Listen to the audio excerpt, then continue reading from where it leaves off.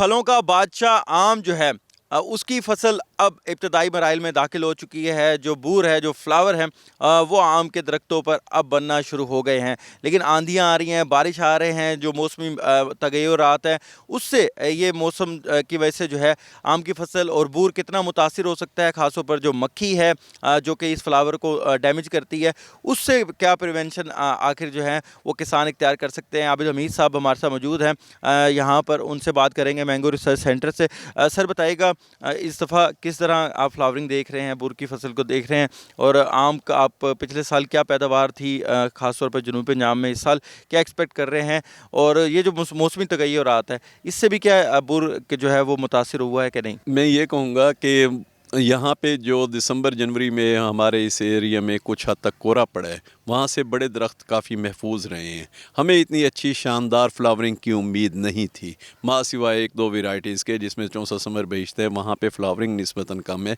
लेकिन दूसरी वेराइटीज़ पे सफ़ेद 64 पे एक्सीलेंट फ्लावरिंग मुशाहदे में आ रही है। तो यहाँ ज़रूरत इस चीज़ की है कि इन फ्लावर्स को हम इंसेक्ट पेस्ट के और बीमारियों के हमले से कैसे बचाएं। यहाँ पे प्रोएक्टिव ज़िम्मेदार को रहना पड़ेगा। यहाँ पाउडरी मिल्ड्यू के ख़िलाफ़ या एंथ्रेक्नोज़ के ख़िलाफ़ यहाँ स्प्रे करने की ज़रूरत है। दूसरी बात ये है कि पानी जो आपाशी है उस पर ज़्यादा फोकस करने की ज़रूरत है। कहीं ऐसा ना हो कि पानी की कमी की वजह से ये हमारा जो बूर लग गया है या फल जो डेवलपमेंट के शुरू के मराहिल में है वो गिर जाए। पानी की कमी को पूरा करते हैं, उससे ये होता है कि बूर की मक्खी भी कंट्रोल में रहती है और ये बूर जो है वो फ्रूटिंग की तरफ जाता है।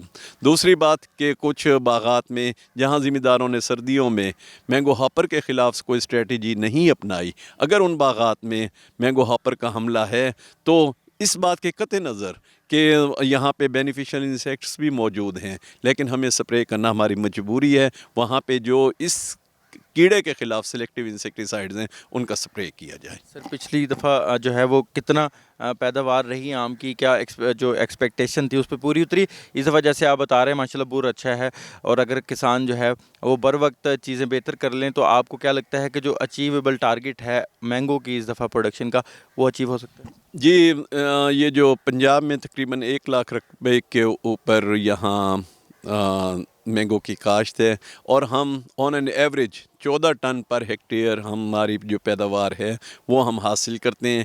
इस साल भी मुशाहिदे में जो अभी चीज़ें नज़र आ रही हैं वो तो ये है कि हम एक एक्सीलेंट क्रॉप की तरफ जाएंगे, लेकिन आने वाले मौसम कैसा होता है और हमारी स्ट्रेटजी कैसी होती है। हमने अगर यहाँ पे पोटाश का इस्तेमाल है या फर्टिलाइज़र का इस्तेमाल है वो बर वक्त कर लिया, बटूर की कटाई है वो बर वक्त कर ली, तो कोई मसला नहीं है कि हम एक अच्छी पैदावार हासिल ना कर सकें। सर बहुत शुक्रिया। आबिद हमीद साहब बड़ी तफसीलें यहाँ पर बता रहे थे, और वो यही कह रहे हैं कि इस दफ़ा जो बूर है, जो फ्लावरिंग है वो बहुत अच्छी हुई है, लेकिन यहाँ पर अगर किसान मेहनत करे और अच्छी तरह से जो है इसकी निगहदाश्त करे तो कोई बात नहीं है कि इस साल जो टारगेट है वो अचीव किया जाएगा और मैंगो की जो प्रोडक्शन है वो भी पिछले साल से बेहतर होगी। जी।